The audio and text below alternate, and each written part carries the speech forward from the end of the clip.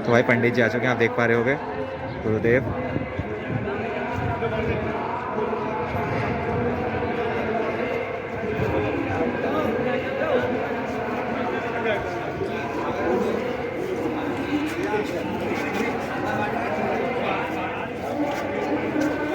भैया आप लोग साइड होते हैं, साइड होते हैं, साइड होते हैं, आप लोग साइड होते हैं। सब साइड सब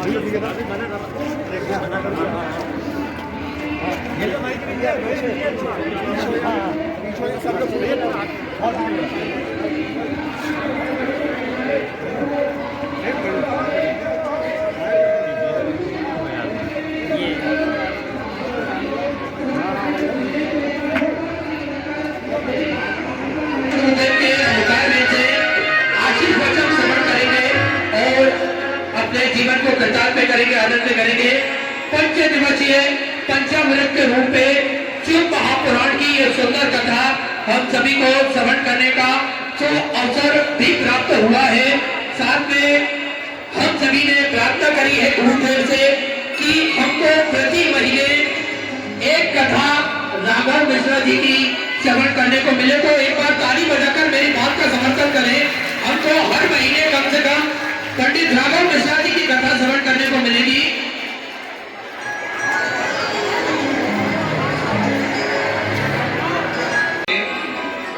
एक ज्योतिर्लिंग के हम दर्शन के लिए जाते हैं तो अनगिनत अश्वमेध यज्ञ का फल मिल जाता है, और 12 ज्योतिर्लिंग की कथा यदि एक ही जगह पर श्रवण करने को मिल जाए तो उसका तो कौटि कौटि पूर्ण फल मिलता है। ऐसा तमन्ना है। कुबेरेश्वर धाम की पवित्र भूमि है कंकर्षण पर। चिरंजीवी राघव जी मिश्रा जी की पहली कथा है।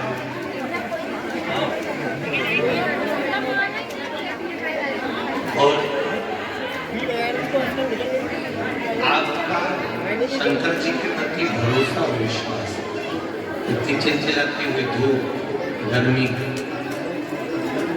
और उसमें भगवान शंकर की पवित्र कथा को श्रवण करने के लिए इतनी भारी संख्या में आपका आगमन, और केवल यही से नहीं बहुत दूर उस कथा के मध्य में, कथा के मध्य में भगवान का भी आगमन। एक क्षण के लिए ऐसी कोई कथा नहीं होती जिस कथा में मेरा शंकर अपनी प्रस्तुति देने के लिए नहीं आता। शिव की शरणागति में आए हैं, भगवान शंकर के चरणों में बैठकर कथा सुना। केवल चिरंजीवी राघव मिश्रा जी के लिए ही नहीं, हमको जो ब्राह्मण बालक अपने जीवन में कथा करने की रुचि रखता है, जो ब्राह्मण है, उन सब के लिए ये व्यासपीठ तैयार है। केवल चिरंजीवी राघव मिश्रा के लिए नहीं, जो ब्राह्मण बालक कथा की रुचि रखता है और उसको कथा करने में मन है और वो चाहता है कि मैं भी कथा करूं और मेरा भी जीवन बाबा सफल बना, हमसे जितना सहयोग बन सकता है इस व्यासपीठ के माध्यम से, उस बालकों के लिए ये व्यासपीठ हमेशा तैयार है।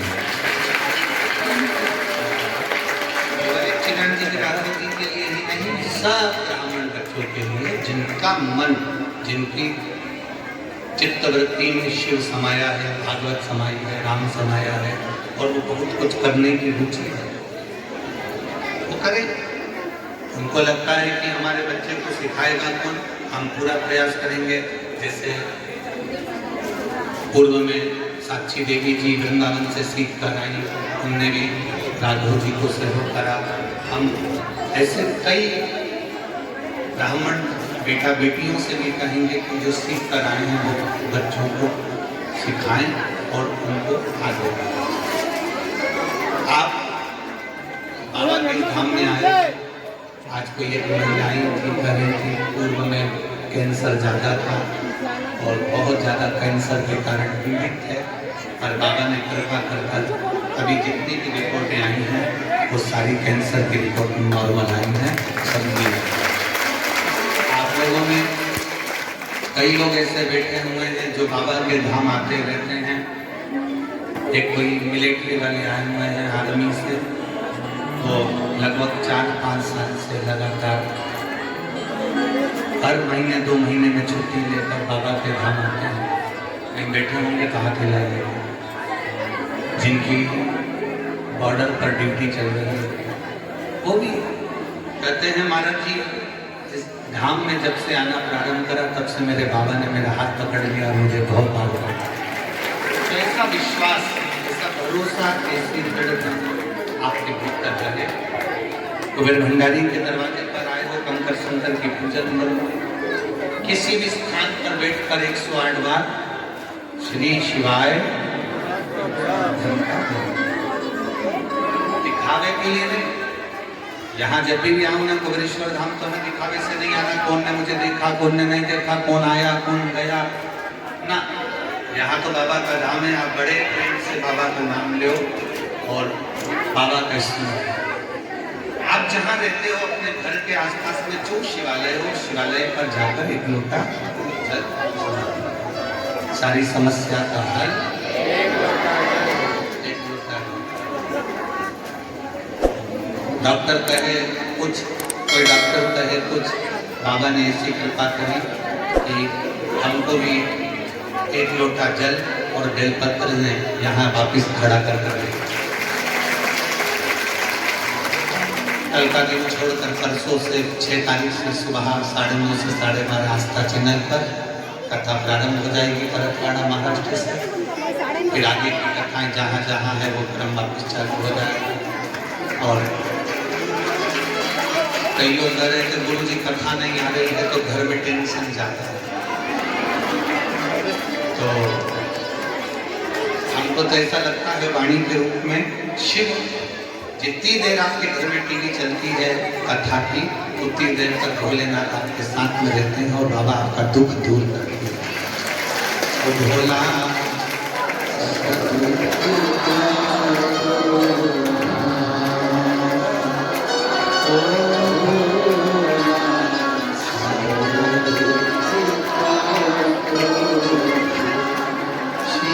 और बाबा ने खुद आकर कथा का वाचन किया।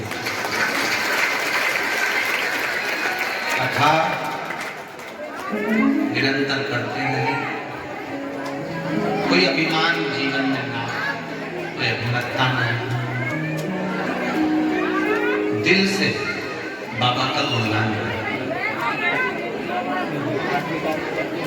जैसे सभी लोगों ने कहा कि प्रत्येक महीने में राधा जी की कथा हो, हम भी कहेंगे लगभग जब तक पूर्ण तरह से कथा में निपुण नहीं हो जाते तब तक बाहर ना भेजें। बाबा के धाम में कथा करो, जो भक्त आते हैं वो दिल से श्रवण करें।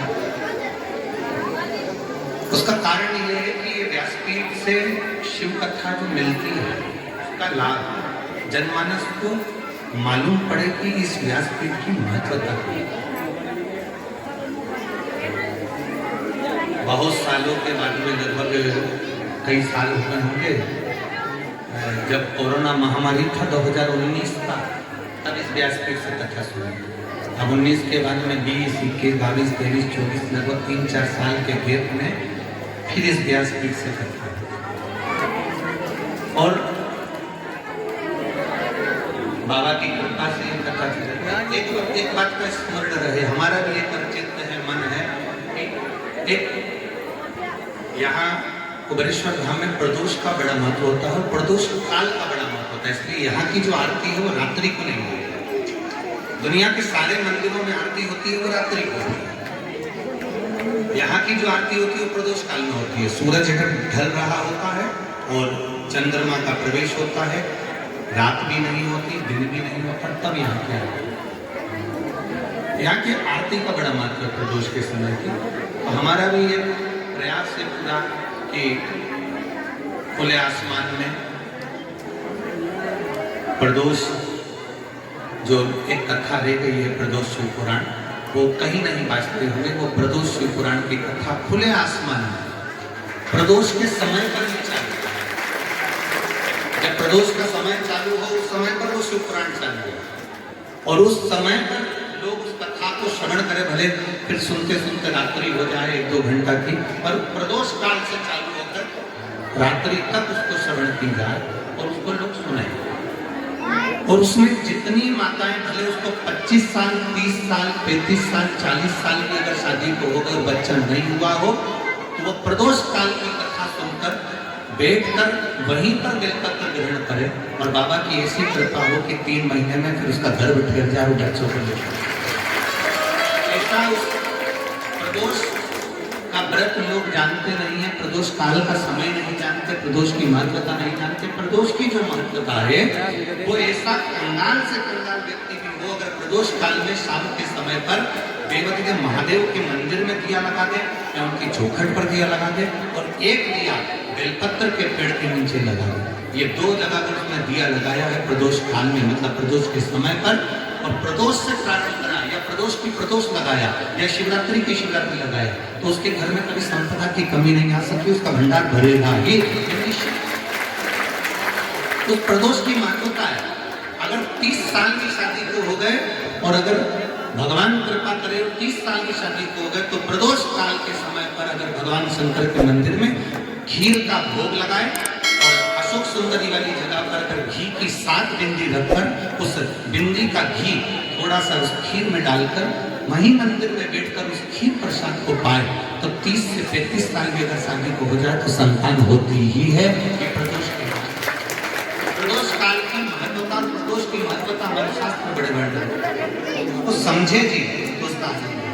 और 6 मई से जो कथा हो रही है वो शिवरात्रि माघ महीने की जो शिवरात्रि होती है मासिक, उससे प्रारंभ हो रही है। आप लोग भी टीवी पर अवश्य श्रवण करें। सभी को साधुवाद देते हुए आज कथा का विराम दिवस है।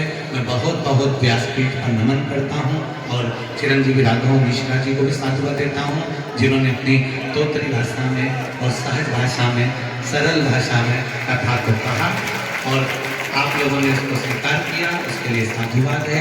संपूर्ण मंदिर के समिति के सभी सदस्यों को साधुवाद है। यजमान परिवार को मैं नमन करता हूँ। इन यजमान परिवार में श्री महेंद्र जी शर्मा जी को, जीदी सुधा किरण जी को दिल्ली से, और हमारी आई जो इस व्यासपीठ को लगातार संभालती हैं और इस व्यासपीठ की सेवा में लगी रहती हैं। हम कहें कि आई, दुनिया के लोग कहीं पर भी सेवा कर रहे हो, इतने सारे कार्यकर्ता लगे रहते हैं, पर बाबा ने आपको उस पीठ की सेवा दी है जिस पीठ पर शिव 24 घंटे विराजमान रहता है। क्यों? इस पीठ के सामने लोग आते हैं, नरियल देते हैं, प्रणाम करते हैं, नमन करते हैं और विनती करते हैं, वो 3 महीने में वापस आ ही जाता है। इस पीठ की महत्वता ही तो बहुत बहुत साधुवाद, धन्यवाद देता हूँ। और देव महादेव तो हाँ, मैं देखा अंदर कथा हो रही थी, शिव महापुराण कथा। पंडित जी को भी दिखाया मैंने, पंडित जी ने कुछ बोला यहाँ पर, वो भी अभी सुनी। और यहाँ पर आप पूरे पवित्र धाम का नज़ारा देख पा रहे होगे। यहाँ प्रसाद वितरण हो रहा है सामने।